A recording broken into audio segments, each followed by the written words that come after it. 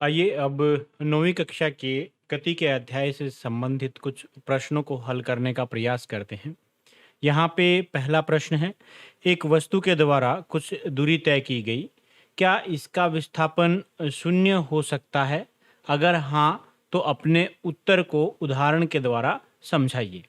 देखिए यहाँ पे ये कहा गया है कि कोई वस्तु जब चलती है तो एक स्थान से एक बिंदु से, मान लिया ये हमारा बिंदु ए है, दूसरा बिंदु बी है, इनके बीच की जो न्यूनतम दूरी होती है उसको विस्थापन कहते हैं। न्यूनतम दूरी, देखिए ए से बी वो इस तरीके से भी जा सकता है, ए से बी का रास्ता ये भी हो सकता है। तो इसका मतलब जो सीधी रेखा में, सरल रेखा में उनके बीच की जो दूरी होती है वो न्यूनतम दूरी होती है और इसी को यहाँ पे हम नाम देते हैं विस्थापन। तो विस्थापन न्यूनतम दूरी है। अब यहाँ पे जो सवाल किया गया है वो ये है कि क्या विस्थापन शून्य हो सकता है और वो कुछ दूरी भी तय करे। तो देखिए विस्थापन शून्य होने का मतलब ये हुआ, अगर वह जो अंतिम बिंदु है उसका वो अपने प्रारंभिक बिंदु के ऊपर वापस आ जाए चक्कर लगा के, तो उस स्थिति में विस्थापन जीरो हो जाता है, क्योंकि उनके बीच की जो न्यूनतम दूरी है वो जीरो हो जाएगी। एक उदाहरण हम यहाँ पे समझने का प्रयास करते हैं। उसी तरीके से यहाँ पे मान लेते हैं ये कोई पॉइंट P है, ये दूसरा पॉइंट है Q। अब देखिए इन दोनों के बीच की दूरी ये है, यहाँ पे देखा जाए तो ये दूरी है। अब ये इन दोनों के बीच का विस्थापन है। अब वो यहाँ से चलते चलते जो बिंदु Q हमने यहाँ पे बनाया था, अब ये अभी यहाँ पे रुकता नहीं है, ये और नज़दीक जाता है, वो यहाँ पे पहुँच जाता है। अब इसको हम मान लेते हैं Q डैश है। तो अब इन दोनों के बीच की दूरी तो ये पूरा का पूरी थी, परंतु उन दोनों के बीच के विस्थापन की बात करें तो अब ये विस्थापन है उन दोनों के बीच में। तो इसका मतलब जो ये न्यूनतम दूरी बनती है ये विस्थापन होता है। अब हमने जैसे बात की कि अगर वो किसी भी तरीके से, जहां से, जिस बिंदु से, यहाँ पे मैं बिंदु M मान लेता हूं, और घूम के चक्कर लगा के किसी भी रास्ते से जाके और वो वापस बिंदु M के ऊपर ही आ जाता है, तो इस स्थिति में जो विस्थापन है वो शून्य हो जाता है, विस्थापन जीरो हो जाएगा।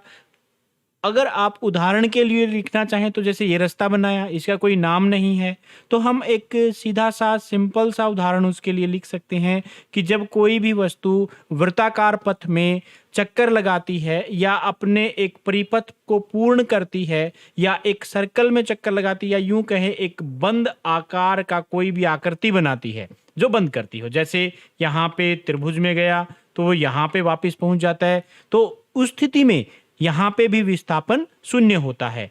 तो ऐसी कोई भी आकृति जिसमें वस्तु या जो भी वस्तु है वो वापस अपने प्रारंभिक बिंदु पर पहुंच जाए, ऐसी हर स्थिति में विस्थापन हमेशा शून्य होता है। तो इस तरह के जो भी बंद आकृति के जितने भी चित्र आपको दिखाई देंगे या रास्ते या दूरियां दिखाई देंगी, उन सभी के अंदर जो विस्थापन होता है वो शून्य होता है। चलिए अब अगला प्रश्न देखते हैं। अगला प्रश्न है, एक किसान 10 मीटर की भुजा वाले एक वर्गाकार खेत की सीमा पर 40 सेकंड में चक्कर लगाता है। 2 मिनट 20 सेकंड के बाद किसान के विस्थापन का परिमाण क्या होगा? तो देखिए यहाँ पे जो आप देख रहे हैं कि जो खेत है वो वर्गाकार है। वर्गाकार होने का मतलब ये होता है कि इस खेत की चारों भुजाएं एक समान हैं और हर भुजा की लंबाई 10 मीटर है। ये भुजा भी 10 मीटर की है, दूसरी भुजा भी 10 मीटर की है, ये भुजा भी 10 मीटर की होगी और ये भुजा भी 10 मीटर की होगी। चारों भुजाएं 10 मीटर की हैं। तो अब वो कहता है कि खेत की सीमा पर 40 सेकंड में चक्कर लगाता है। चक्कर लगाने का मतलब ये हुआ कि वो यहाँ से शुरू होता है और एक अपना एक रास्ता ये चलता है, उसके बाद दूसरी भुजा को वो चलता है दूसरी भुजा के अनुसार, तीसरी बार वो यहाँ से चलता है और अंततः वह अपने प्रारंभिक बिंदु, जो ये इसका बिंदु है, इसके ऊपर वो पहुंच जाता है।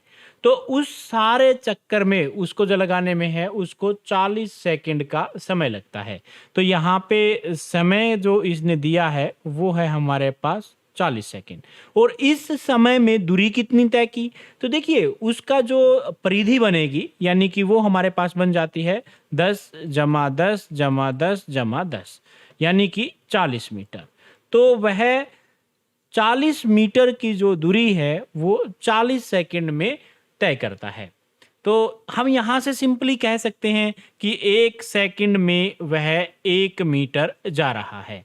अब बात यहाँ पे जो प्रश्न में है वो ये है कि 2 मिनट 20 सेकंड के बाद विस्थापन का परिमाण क्या होगा।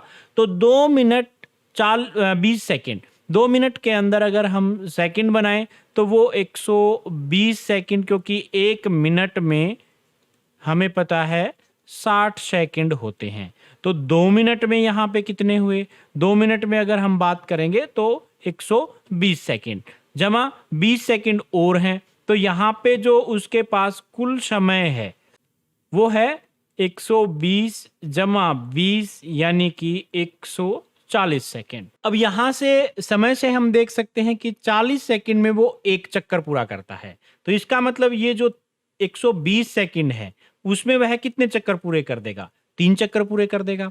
बची 20 सेकंड, इसमें सिर्फ वो 2 भुजाओं को, क्योंकि 10 से 1 सेकंड में वो 1 मीटर जाता है, तो 10 मीटर के लिए उसको जो समय लगेगा वो 10 सेकंड लगेंगे।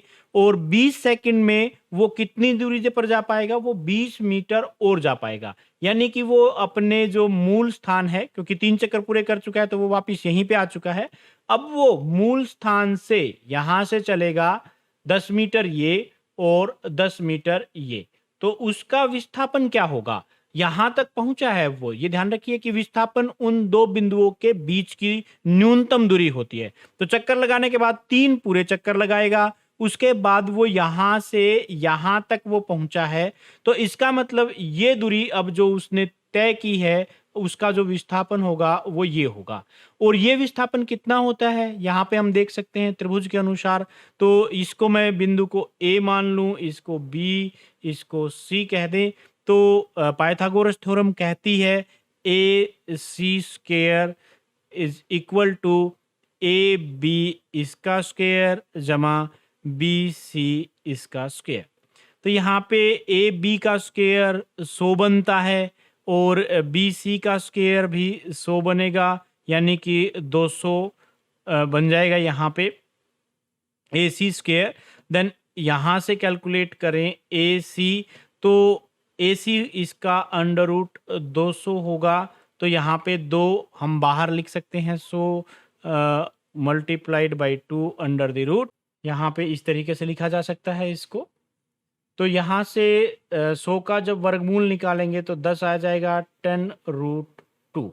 तो इस तरीके से उसका जो विस्थापन होगा वो विस्थापन होगा 10 अंडर रूट 2।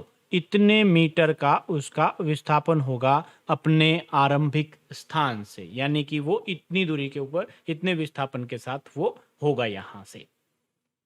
तो इस तरीके से जब भी आपको विस्थापन निकालना हो तो ध्यान रखिए उन बिंदुओं के बीच की न्यूनतम दूरी आपको ज्ञात करनी है। अब चलिए तीसरा प्रश्न देखते हैं। विस्थापन के लिए निम्न में से कौन सही है। पहला ये कहता है कि यह शून्य नहीं हो सकता।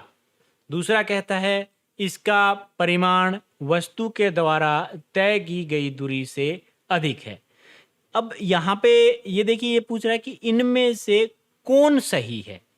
तो विस्थापन शून्य नहीं हो सकता। हमने देखा था कि जब कोई भी वस्तु, यहाँ पे बात करें पहले पॉइंट ए के बारे में बात करते हैं, तो जब भी कोई वस्तु अपने आरंभिक स्थान पर पहुंच जाती है और विस्थापन उसका शून्य हो जाता है, और विस्थापन जब शून्य होगा तो इसका मतलब जो पहला ए जो पॉइंट है यह शून्य नहीं हो सकता, यह गलत है। तो इसका मतलब यह गलत हुआ, तो ए पॉइंट गलत है। अब देखते हैं बी। इसका परिमाण वस्तु के द्वारा तय की गई दूरी से अधिक है।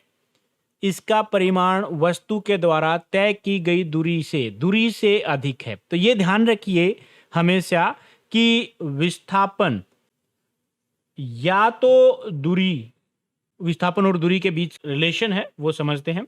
विस्थापन दूरी से हमेशा छोटा होगा या उसके बराबर होगा। क्यों? क्योंकि इस स्थिति में भी देखिए, हमने अभी अभी बात की थी, कोई भी रास्ता है, ये एक ए है, ये बिंदु बी है, उनके बीच की दूरी ये हो सकती है, परंतु विस्थापन हमेशा सीधी रेखा होगा। इसका मतलब उन दोनों के बीच का विस्थापन तो ये होगा। वहां पे दूरी कुछ भी हो सकती है, ए से बी की ये भी दूरी हो सकती है, ये भी दूरी हो सकती है, परंतु अगर न्यूनतम दूरी की भी बात करें तो वह ये दूरी ही होगी। तो इसका मतलब क्या हुआ, दूरी की वैल्यू तो ज्यादा हो सकती है परंतु विस्थापन का मान दूरी से ज्यादा नहीं हो सकता। तो इसका मतलब दूरी हमेशा विस्थापन से ज्यादा होती है।